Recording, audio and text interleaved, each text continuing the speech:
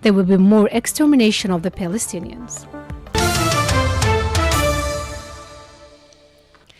And those were the major developments. I'm Asya Bakar. Good afternoon. Foreign Minister Ahmed Attaf has discussed with his Tunisian counterpart, Mohamed Ali Al-Nafti, bilateral cooperation, especially the implementation of the results of the last session of the Grand Joint Commission for Cooperation, which was held in Algiers on October 4, 2023.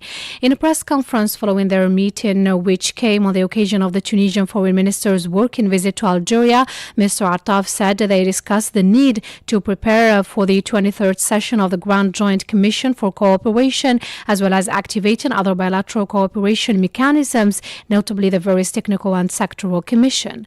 Talks also addressed preparations for the upcoming tripartite summit, bringing together Algeria, Tunisia and Libya, which is due to be held in the Libyan capital, Tripoli, shortly. They also stressed their commitment to implementing the decisions and recommendations of the Tunis summit, aimed at establishing tripartite cooperation projects that are in line with their interests. On a broader level, our discussions today focused on the preparations for the upcoming tripartite summit between Algeria, Tunisia and Libya, which is scheduled to take place shortly in the Libyan capital, Tripoli. We also reaffirmed our commitment to materialize the decisions and recommendations of the Tunis summit aimed at establishing trilateral cooperation projects in line with the common interests, concerns and priorities of our three countries. Talks were also an opportunity to shed light on the situation in the occupied Palestinian territories and countries neighboring Palestine, especially Lebanon. There is no doubt that the situation in the occupied Palestinian authorities and in other countries neighboring Palestine, especially Lebanon, cannot be absent from this Algerian-Tunisian meeting, given the firm support of our two countries for the Palestinian cause and the right of the Palestinian people to establish their independent and sovereign state as a just, lasting and definitive solution to the Israeli-Arab conflict. The Tunisian Foreign Minister, for his part, shed light on the importance of joint cooperation and investment to boost the economic relations between the two countries.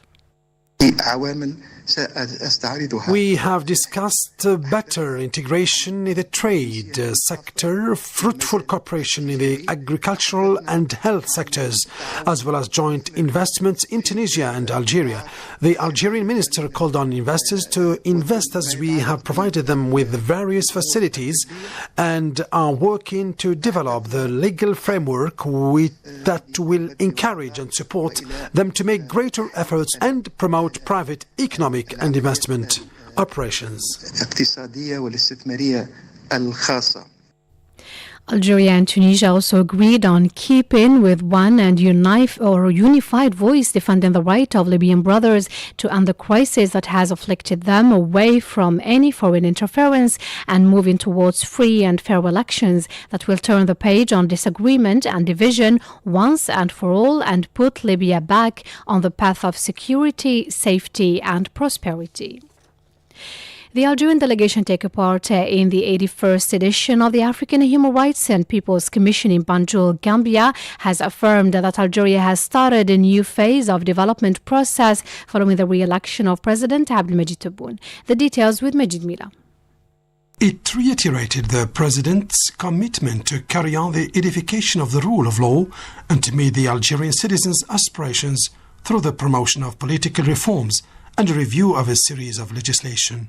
These concern notably the laws on political parties and associations, the Constituency and Provinces Code, in addition to the safeguard of those gains made regarding the political liberties, the trade unions and the press. The Algerian delegation's members reiterated that such reforms were part of Algeria's commitment to implement the African Human Rights and People's Charter. In this connection, they urged the African Commission to work out a draft resolution reiterating the African continent's continued support to the Palestinian people and condemning the human rights violations carried out by the Israeli army in the occupied Palestinian territories. You're still listening to Radio Algeria International. Arab UN ambassadors have warned of genocide in case the Israeli occupation declares northern Gaza as a military zone. The permanent observer for the state of Palestine to the United Nations, Riyad Mansour, said if the Israeli occupation carries on with its plan, there will be a danger of seeing larger number of extermination of Palestinians beyond and above what happened during the first year. We assessed the situation, especially we listened very closely to the reporting and the statements of all members of the Security Council. It seems that part of our message is resonating. They are showing more seriousness than before, which means that they are extremely terrified of the possibility of this massive genocide that could be unleashed in the northern part of Gaza. So they are discussing and debating among them the possibility of adopting a product, a resolution that calls for, among other things, an immediate ceasefire. We hope that they have the spine and the strength and the determination to take that step to prevent this genocide from taking place. The extreme danger of large-scale genocide in the northern part of Gaza, in which there are 400,000 Palestinian civilians being threatened either to be killed or to be starved to death. This is based on the leaked information in the media that there is a report by the generals in Israel who proposed this idea of sealing the northern part of the Gaza Strip, declaring it a military zone.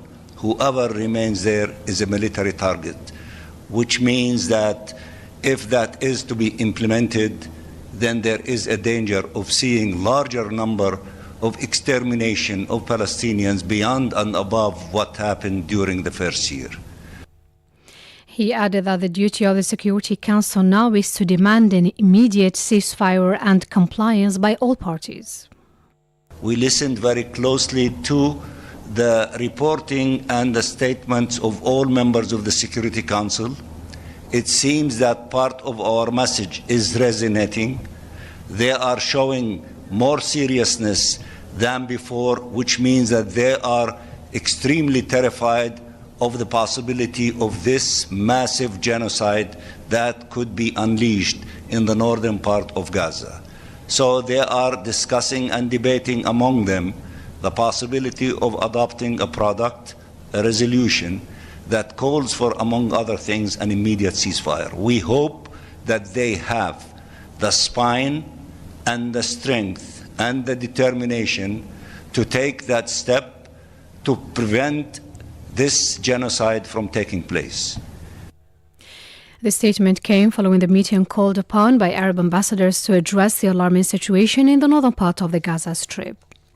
And the violent pounding by the Israeli occupation forces of the northern part of Gaza has claimed 87 lives and wounded hundreds of others, including some seriously. Palestinian sources affirmed that a whole residential district was destroyed by the Israeli airstrikes that mainly targeted the northern town of Beit Lahia. According to eyewitnesses, rescuers were still searching the rubble to try and find any survivors. The Israeli raids were part of a large-scale offensive launched over 2 weeks ago by the Israeli forces, which had tightened its grip on the enclave. Evoking the disastrous situation prevailing in the besieged territory, Palestinian Marwan al-Hims had the following. The occupier prevents the entry of fuel, food to the hospitals, prevents the access to the medical team. Thus, we call first for a halt to be put to the genocidal war waged against the Palestinian people and to allow in fuel supplies to the Gaza Strip in general, as well as food and aid to the north of Gaza Strip, in particular to the hospitals in the north of Gaza. Because people are currently dying of hunger inside their homes due to the lack of food and water, and this is for 15 days now. This is the situation now in the Gaza Strip. Thus, we call on all the freedom lovers, notably our brothers in Algeria, to move and back our people in the Gaza Strip and back their brothers in the north of the Gaza Strip. Because if such a situation persists, the entire Arab and Muslim nations would regret for not providing help and assistance to the Palestinian people before the Gaza Strip is forgotten. Palestinian sources affirmed that over 400 people were killed for the past 2 weeks in Gaza. In this respect, UNRWA today affirmed that about 20,000 Palestinians had been forced to flee the Jabalia camp in Gaza's northern part on account of the continued Israeli attacks. The Palestinian Foreign Ministry denounced the international failure to put an end to the genocide now taking place in Gaza, as well as the displacement of the population. Despite ongoing heavy shelling every day across the UN-patrolled Blue Line separating southern Lebanon and the Israeli occupation, the UN peacekeeping force that's stationed there reiterated its determination to fulfill its mandate from the Security Council and assist civilians wherever possible. Andrea Tiniti, spokesperson for the UN interim force in Lebanon, UNIFIL, said despite Israeli demands to move from positions close to the Blue Line, a unanimous decision was taken by all UNIFIL troop contributing countries, and the UN Security Council and peacekeepers remain deployed in all their positions along the Blue Line. He said UNIFIL needs to be there to try to bring back stability and peace in the region. The UNIFIL member noted that hundreds of trajectories and sometimes more continue to be reported daily by UNIFIL. You still listen to Radio Algeria International, and still with the UNIFIL statement, it reported that daily heavy shelling has worsened due to the Israeli occupation's incursions into Lebanese territory and the proximity of the Blue Line, and in both UNIFIL sectors, East and West, which constitute a violation of Lebanese sovereignty and also a violation of UN Security Council Resolution 1701. UN Charter on Self-Defense asked whether peacekeepers can defend themselves if they come under attack. He said that under Chapter 6 of the UN Charter, self-defense can be used, but UNIFIL also has to be very pragmatic on when to use it and how to use it, because UNIFIL does not want to become part of the conflict and use force that would trigger more violence. You're still listening to Radio Algeria International, and back to the country now. The Executive Vice President of the African Export-Import Bank, in charge of the Bank for Intra-African Trade, Kanayo Awani, has affirmed here in Algiers that the preliminary results of the African Creative Days Canex Weekend 2024 has been fruitful, notably in terms of the agreements reached, networking, and the definition of cooperation prospects and joint action. Taking stock of the Canex Weekend 2024 days held in the presence of representatives of the Minister of Culture and the Arts, namely the Director of Cooperation and Exchanges, Nassim Mohand Ammar, and the Director of the Organization and Distribution of Cultural and Artistic Production. They spoke of the importance of the fund in developing and strengthening the creative industries. For Ms. Awani, the creative industry sector in Africa is facing a number of challenges and needs support and assistance to build up the capacity of African professionals and creators, to encourage them to acquire more know-how, to provide them with support and resources they need to make of their creative projects a success. To this end, she called for all African creators to join the Canex Africa digital platform to be launched by the bank as part of its efforts to support and promote creative talent by inciting them to become an added value of the gross domestic product, GDP. You're still listening to Radio Algeria International, 2:45 minutes Algiers time, and that's it for our news bulletin. I invite you now to listen to the international event of the week. The international event of the week. The dire humanitarian crisis prevailing for 1 year in Gaza came under focus this week with renewed attacks launched by the Israeli army against the northern part of the territory. At least 28 Palestinians, including children, were killed and 160 others wounded.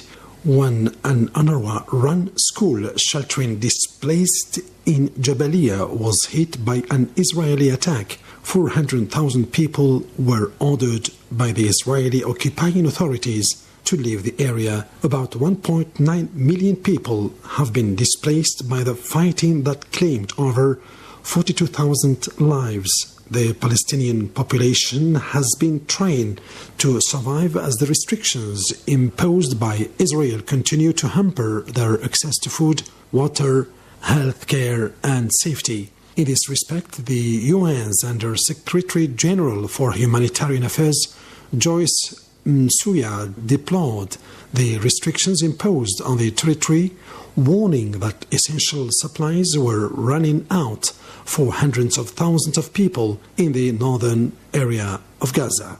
Asked on whether the Palestinians' non-access to food and the humanitarian assistance is tantamount to a collective punishment imposed by the Israeli authorities, our political analyst, Professor Hamoud Salhi from California, had this to say. This is proven time and again, and is part of the Israeli plan, is use collective punishment as a tool to extenuate any form of Palestinian livelihood. As recent as weeks after the October Tufan, retired Israeli General Eland wrote 2 opinion pieces pushing for the use of starvation, blocked humanitarian assistance to Palestinians to exterminate all livelihood in Palestine. That plan was picked by Prime Minister Benjamin Netanyahu, who is currently engaged in his latest genocide in northern Gaza, following recommendation by top generals who pushed him or recommended that he execute what is now known as Eland plan or doctrine. In addition, Israel uses its self-depiction as being under existential threat. It uses it only to manipulate public opinion and create a falsehood to justify what it does constantly in Palestine, described by the world community as genocide. All of this done under the claim that it is self-defense, and collective punishment is designed to end any livelihood of Palestine, and it is by design. Palestine's ambassador to the UN, Riyad Mansour, condemned Israel's attacks as systematic violations of international law. He also describes the Israeli actions against UNRWA as being part of a strategy aimed at making life unlivable in the enclave, which is facing, as he put it, a cold-blooded, planned and executed genocide. In a similar move, Algeria's ambassador Ammar Ben Jum'a reiterated that the situation in Gaza has reached a catastrophic level and called on the Israelis occupying authorities to fulfill their obligations to protect the civilian populations as provided for by the international law. He also warned against any action that could potentially halt UNRWA's operations. This came as the US gave 30 days to Israel to allow in humanitarian aid into Gaza or face cuts in armed supplies. In a letter sent this week, the US administration threatened to cut off some of its military assistance to the Israeli government, whom it accused for having impeded nearly 90% of humanitarian movements between the north and the south of Gaza over the past weeks. Asked if the US's warning would be taken seriously by the Israeli government, which continues to ignore the humanitarian pauses called for by the US, our political analyst Hamoud Salhi had the following. These are just words uttered by the United States on multiple occasions, but without any actions. the Biden administration appears to have no desire or intention to use any actions to stop Israel under the pretext that they want them to provide humanitarian assistance. This especially now, just weeks away from the elections. The whole scheme with this kind of position is to create the impression that the United States is doing all it can to stop Israel, and with the ill-advised or hope that this would appeal to the undecided or uncommitted voters, hoping that they would reconsider their position and vote for the Democrats. But the irony, even if they were to reconsider or understand the United States position or this administration's positions, having to walk a balance between the Israeli lobby and the pro-Palestine group, often these calls are followed by the administration reaffirming its own unconditional support for Israel and provides aids without considering to even the American constitutional requirement that would require any country or refrain any country from using what the United States consider a violation of human rights. The Israeli occupying authorities pursued their acts of aggression against the Palestinian population in the West Bank, killing and wounding scores of people in operations carried out in various areas of the territory. The UN Office for the Coordination of Humanitarian Affairs, OCHA, put at 695 the number of Palestinians killed for the past year in the West Bank, including occupied East Jerusalem. Attacks and restrictions imposed on the Palestinians movement increased across the territory.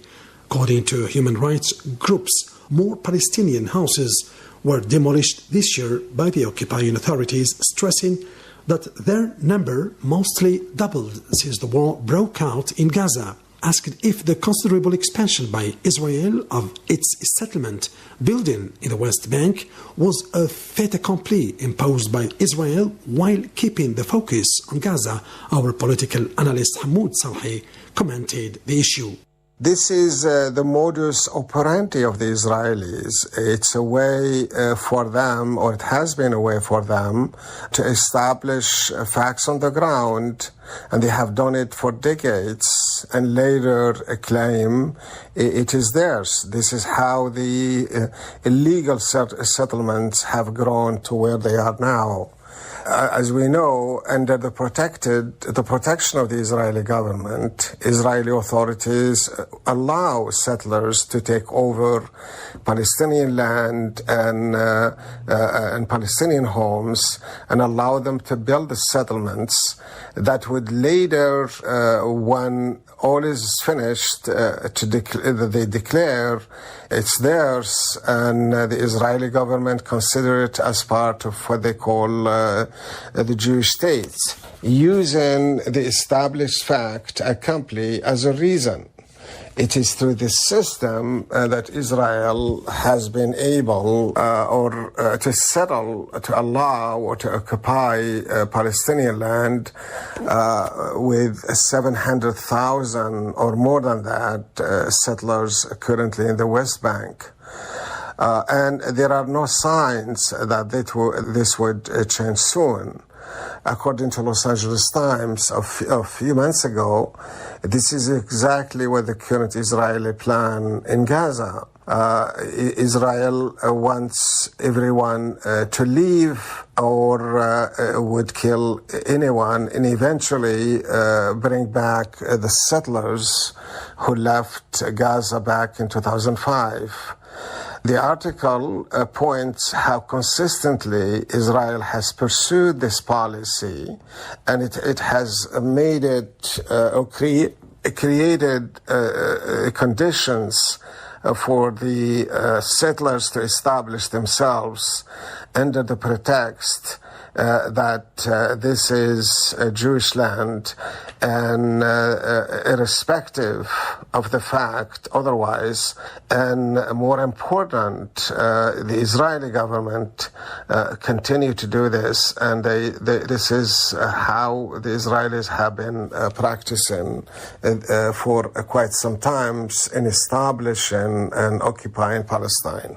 The UN Human Rights Council, around 700,000 Jewish settlers are living illegally in the West Bank.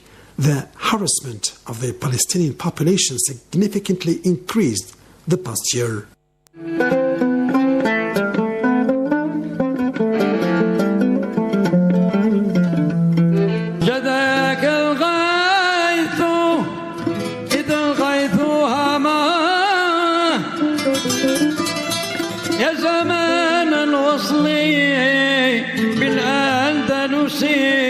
Constantine was originally created by the Phoenicians. Sirta, which means in Phoenician language, city carved into the rock. The city was taken over by Numidia, the country of the Berber people, after the defeat of the Phoenicians.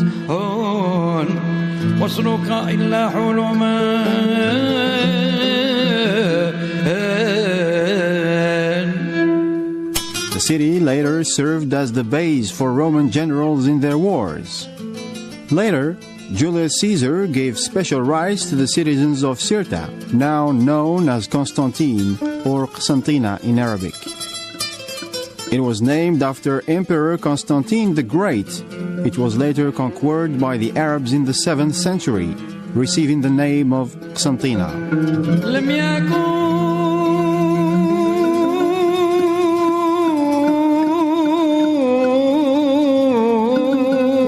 In 1826, the last Bey, Ahmed Bey bin Muhammad Sharif, became the head or governor of Constantine. He led a fierce resistance against French forces. In World War II, during the campaign in North Africa between 1942 and 1943, Constantine and the nearby cities like Sétif were used by the Allied forces as operational bases. Constantine is a city of suspended bridges that inspired Malouf singers with wonderful melodies. The word Malouf comes